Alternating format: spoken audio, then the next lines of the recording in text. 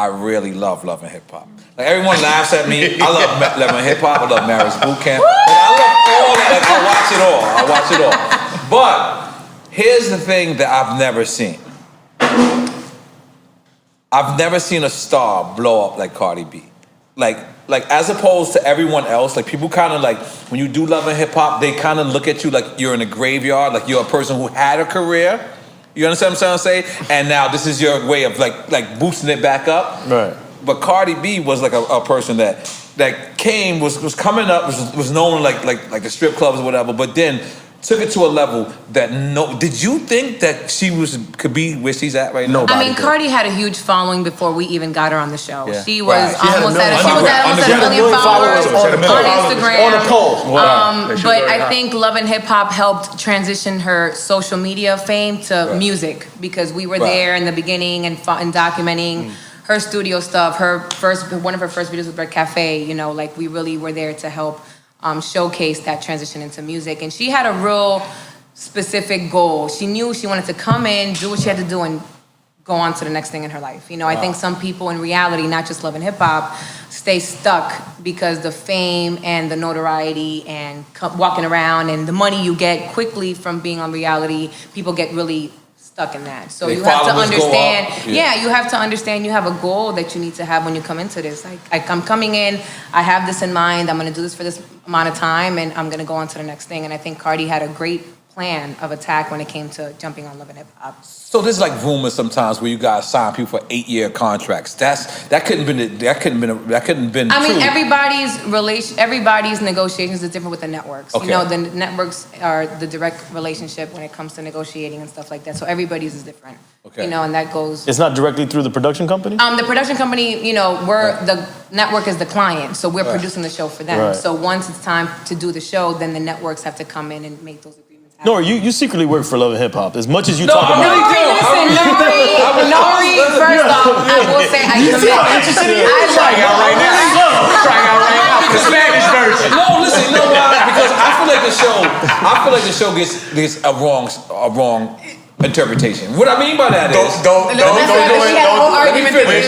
we have this back and forth all the time. Let me finish. I'm gonna tell you why. People come on Drink Champs and they blame me. They be like, "You got me drunk." There's no way I can get you drunk. There's no way that I don't smoke weed. You can't get secondhand weed. I'm just throwing it out there. I've never that secondhand weed shit. I've never really believed it. I never really believed it. Just light a cigar. But a lot of people will sit down and they'll say to me, "Yo, like I've seen artists say, I've seen Marlon Wayans, Irv Gotti, and people say, yo, you was on that show where you smoke," and then they be like, "What? They made me smoke." Or they be like, and it's like that's not really the truth. The smoke is available. The liquor is available. Ayo, set up, man. Ayo, set up, man. Ayo, baby Chris. Baby Chris. This is not. He definitely got Lamar Odom drunk. That's what I got. Lamar's my guy. Hit me the other day. He's not that Lamar Odom over here. Listen. But wait, set up, man. But wait. But see, Marty and I have this thing, okay? We have this thing. All right, we can talk. We talk to Drink Champs, right? You gotta say Marty, because you said Molly just No, now. I have a different relationship with her. I can take that. We have a different connection, all right? And when I say it that way, because we've had this conversation. We had this conversation recently. Yes. So what do you feel about Love and Hip Hop? I love Going to Sky. I love Mona Me. I love Love and Hip Hop. I love that. I know everybody on the show. What I don't love is when I walk into that corporate boardroom at Google, or I walk into that corporate boardroom at Nike or Reebok, and they think that's all of us.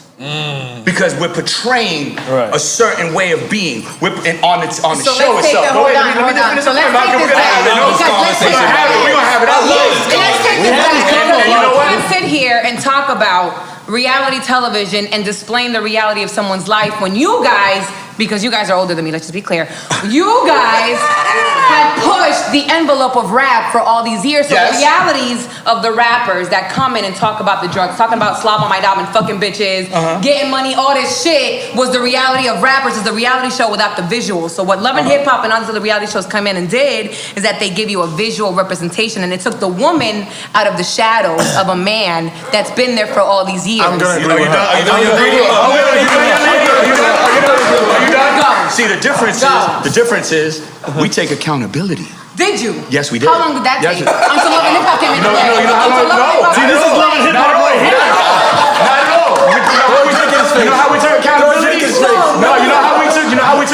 accountability by going in those boardrooms and closing those deals and saying, no, we are educated. We are professional managers. We can speak. Wait. Let me finish. I let you speak. I let you speak. I let you know. Hold on, E. I let you speak. Okay. We did take accountability because we showed to those corporate boardrooms and closed the types of deals which planted the seeds to allow for other things to come out, like love and hip hop. So we were learning as we went along. We made mistakes. We didn't have a blueprint. Nobody gave us a book. This is how you go do this. But we went out and did it, and we did it with integrity and accountability. But James, in all reality, they had that opinion of us way before Love and Hip Hop. I agree. That's what I just said. We took accountability for that and changed that perception. But the people in the corporate boardroom. Oh, wait, I just want to say one thing. Say one thing. Ain't nobody signing you a $25 million sponsorship deal. Come on, man. Is that ostrich? You run around with an ostrich cigar case? Yes, I do. Yes, I do. If you want to do it the right way. You gonna do it, all right? You gonna do it, do it talking to me. I'm sorry. What kind of watch is that?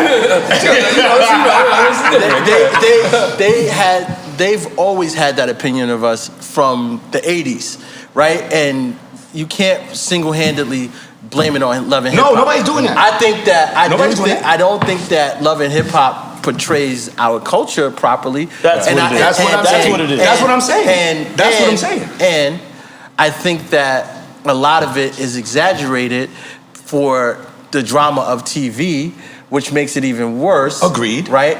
But I understand it because the drama is actually taking these kids that were done, finished. Nobody cared about them. I don't know about that. And I don't know about that. I get that, but this finish. They took, okay, let's take, not Scrappy, but let's take Stevie J, right? He was done. Okay. Nobody was paying attention to Stevie. I wasn't calling Stevie J like, let me get a track. Okay, I respect that, right? But there's also the cases that you can't look over, like a Papoose and Remy Ma. Whereas not only on the show, they're making the show look good.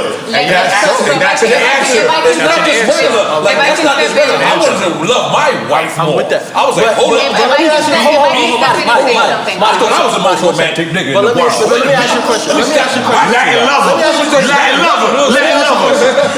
Everybody loves the train wreck. Yeah. Right. Everybody, you cannot turn away from the train wreck. So call it Love and Train Wreck, no disrespect. No, I'm just saying. As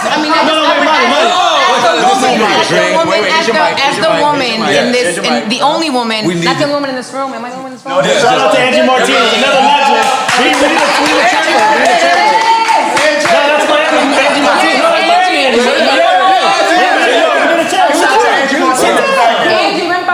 Best lawyer in the game.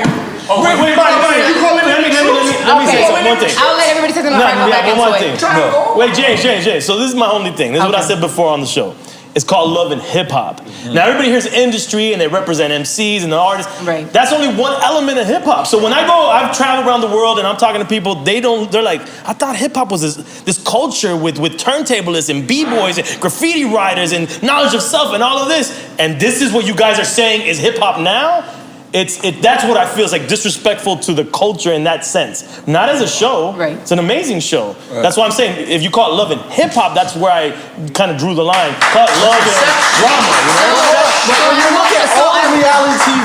When you look at all the reality TV, like if you take American Idol and you take the other one where they spin the chair around, like you take all of them, it's not about breaking the artist. It's about ratings for the show. It's about the person. Okay, so the shows like Love and Hip Hop, Basketball Wives, Marriage Boot Camp, all these different type of shows is the personal slice of people's lives behind the mic. That's what it's about. Right. It's a very segmented audience. Now, you said something that I disagree with. You said that these stories are not real. Any of us that have been in this industry for this amount of time know someone personally or have been a part, these 4 men in the table, of situations like a Love and Hip Hop throughout the 10 years. Absolutely.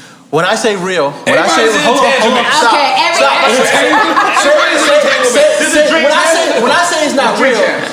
it's not real, if I don't fuck with you, right? And I do, but if I don't fuck with you, I'm not meeting up with you at some fly restaurant to talk to you about our problems. I just don't fuck with you. Well, this is the thing is that the show, people don't have there's no secrets when you get casted. You know the people in your cast. Of course. So it's up to you to decide on whether you want to deal. The show is about this specific world, Like, these have you specific ever people had- dealing in this Have you specific ever had space. two artists that particularly didn't fuck with each other and you guys knew that and still booked both of them? Absolutely. There's a casting process. Okay.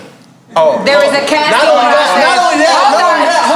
Hold on. I'm sorry, Marty. Yes. I'm sorry. So Mona Scott happens to be a really good friend of mine. Right, all of and us. I've helped her put certain people on the show. Right. And I've sat in the producer grilling meetings with not Mona, but the producers are trying to find out where the dirt is, so that they can get the ratings up, right? So it's instantly thought of like, if you come in and you just squeaky clean and you don't have no problems, you don't have no beef with nobody, you get along with everybody, you're not a good cast member. But don't we do that in hip hop and now? Thank you, Nori. I was about to say because don't we do that in hip hop? Marketing schemes of beefs that have been caused, i.e. our conversations from a few days. I got you, but just because we was just going through that with the 50 Cent thing, right? You guys said that you was cool with Irv and all this, and then you said after 50 got shot, and maybe it wasn't a marketing tool for you guys, but when 50 wanted to market that his album cover was 9 shots, I'm sure none of you guys said no. No, that's not true. So Okay, if you rewind back, if you have a relationship with 50, right? Yeah, I do. Okay, when you speak to him, he will tell you how long. Oh, I don't speak to him. I got a relationship. Okay. The next time you run into him, I like to keep it real. the next time you run into him, he will tell you Yeah. how long I fucked with him before I actually got a chance to Right, no, sign I him. really, you ain't gotta. Right? No. Like You're so credible guest, so what I'm saying to you is that for me, I don't give a fuck if the story is a train wreck or the story is Chance the Rapper. Right. I just want to know that the artist is talented and he can articulate his story properly. But have you ever seen 24 Hour or have you ever seen 24 Hour or All Access? The thing is, whoever Floyd fights, right? Let's suppose this guy is a burger, or let's suppose this guy's the real deal, the truth. The thing about it is, you have to describe that opponent to be qualified to fight Floyd that night.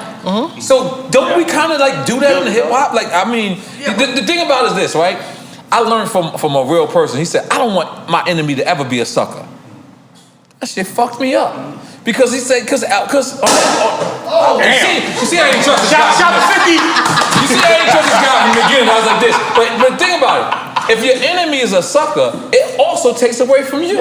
Right. Like, I don't want anybody I ever had beef with, I want them to stay up. I've been looking on their Instagram, like, stay up, man. Like, don't fall down, Be a buddy. good competitor. Like, especially if I won. Right. Like, so isn't that somewhat what we do in hip hop? Hip-hop is competition. That's how we've all thrived since it started. Absolutely.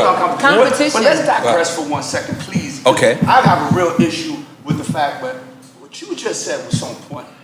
If you're a nobody, if you're from Mars, if you're an alien and you watch that show, there's a perception that comes along with that. If you watch Cartel Crew, there's a perception that comes along with that about the Latin states. If you watch Mob Wives, there's a perception that's being portrayed in the environment that's allowing people to perceive that that's how they all are. So you know what? It's entertainment. Yes, we know it's entertainment. There are social issues that we've grown up with that we identify with on those shows. But not every bad Latin girl is a stripper. Not every Not every Spanish dude, not every Spanish dude in the game is a drug dealer. You know what I'm saying? But all the content that's being put forth that's representing our culture, most of it has to do with the negative sides of our culture and glorifying raising a generation of individuals growing up on it. I believe, first off, for these past few years, hip hop has embraced relationships and embraced love, and I think that's reflected on the show. I mean, I agree with that. This past season of Love and Hip Hop, there was relationship problems in every single way, and only one had to deal with infidelity. But the reality is that it's still. But Monty, shouldn't all of hip hop be represented then on the show? It is. For it to truly be hip hop. It's very well. You have. You talking about MCs or rappers only, man? You have Remy and Pat who. It's evolved. It's evolved. Yeah, but let me just address James Different for a minute. James, your issue is how they perceive us, but that's their problem. That's hold on. That's their lack of ignorance, right? Hold on. There's no such thing as all, right? Hold on. Okay. If you're Hispanic, I'm not going to consider all Hispanics just like you, right? I'm not going to consider all women just like her, right? I'm not gonna consider all black dudes just like me. There's different, that's because I'm intelligent.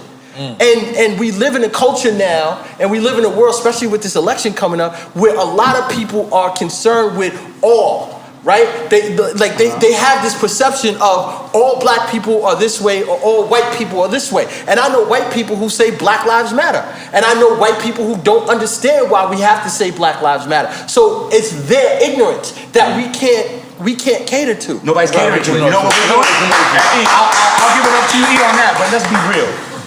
When I'm in those meetings and they want to talk about what's going on with Love and Hip Hop, and they want to talk about what's going on TMZ, what's going on Vlad TV, what's going on with all the social media stuff, that's a perception they have that we have an uphill battle to change. You know what I'm saying? When you gotta look at, you go on Netflix right now, show me one Puerto Rican, one Dominican, or one Cuban TV show.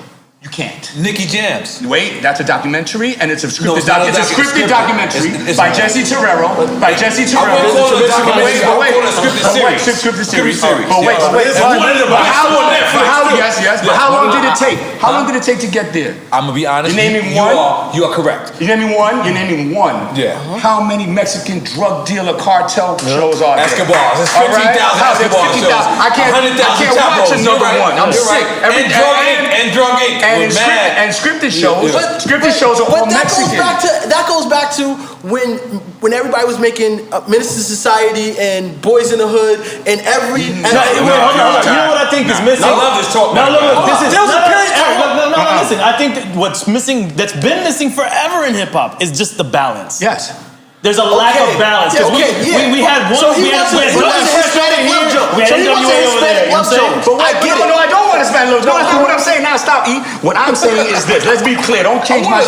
Don't switch me up. No, I don't want that. You know what I want? You know what I want? I want us. taking shots. Wait, I want us as Latinos to stop acting like guests in our own house. Absolutely. We're not guessing hip hop. There's a guy named Charlie Chase. Yep. There's a guy named Crazy Legs. Yep. There's a guy named Sean Pecas.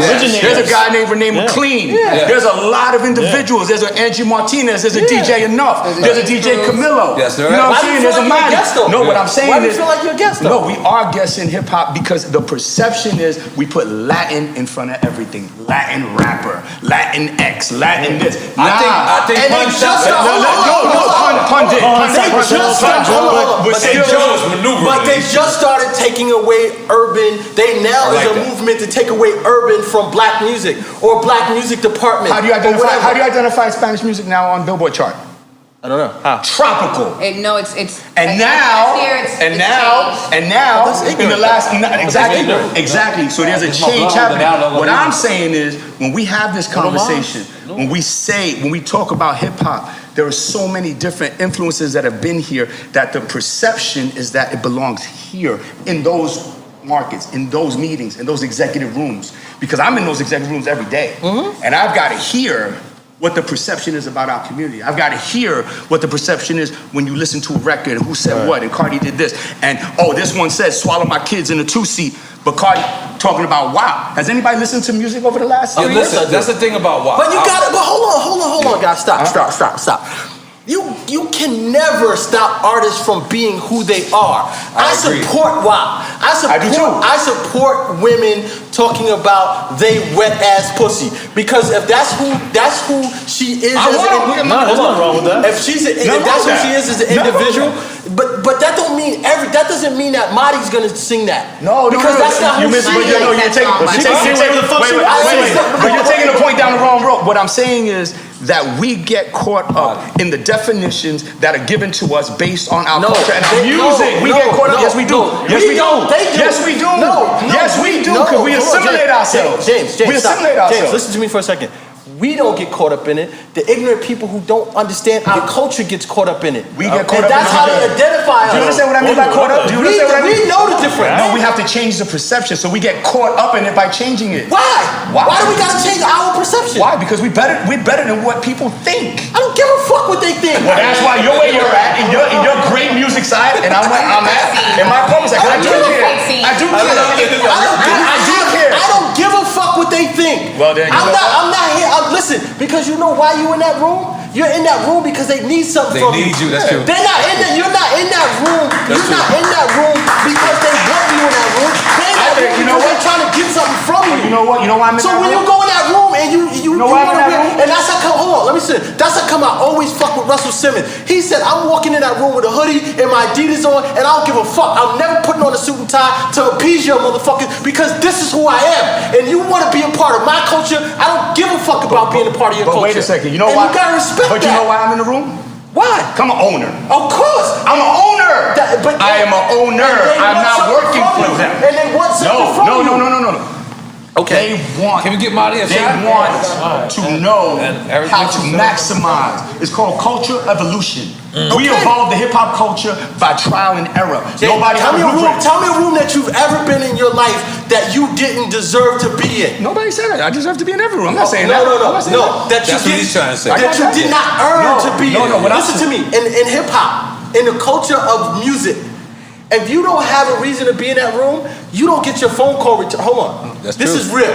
Let's be real about this. Yeah. We live in, even amongst our friends and the people who, when we hot, they tell us they love us. Right? When you get ice cold, Talk that shit. Nobody's on their when you phone. get ice cold, and Nobody's you don't on their have something, and you don't have a reason for them to call, they don't need you at that fucking moment, You know you who- gotta call 5 times to get your phone call You returned. know who's the only person gonna answer? Polar bear toes. And what's that? You cold as a motherfucker. Yeah. nigga. All right, cool. That's your point. But you know what? So let me be clear about something. I'm ice cold. So let me be clear about something. When you're in the rooms, No, that's it's water. because when you're in the rooms, Give him it's because you deserve, you've earned to be in that room. You have a commodity that they're trying to be in business with to help market their shit. Other than that, you're not in this room. I think you're living. I think you're speaking about a time that has already passed. When I'm in, time that's passed. Let's talk about violating. No. Let's talk about I'm gonna toss it to you. No, throw it to Baby Chris. Shout out Baby Chris. Shout out Baby Chris. Baby Chris. Hear me for a second. I'm gonna toss it back to you, and you're gonna love this, right? When you did Vitamin Water, shout out to James Cruz for being orchestrated behind 50 Cent and Violator and Chris Rock. The whole big multi-million-dollar, 100, 200, 300 million, whatever the fuck y'all niggas got for that shit. He was the reason. He was one of the reasons behind it. When you negotiated that deal and you bought Vitamin Water in, if you don't have red hot 50 Cent and you don't have a reason for them to come and fuck with you, you don't sit in that room, is my point, brother. But you know Okay, what? I gotta stop you there. I gotta stop you there. Okay. Because that's not what happened. Yeah.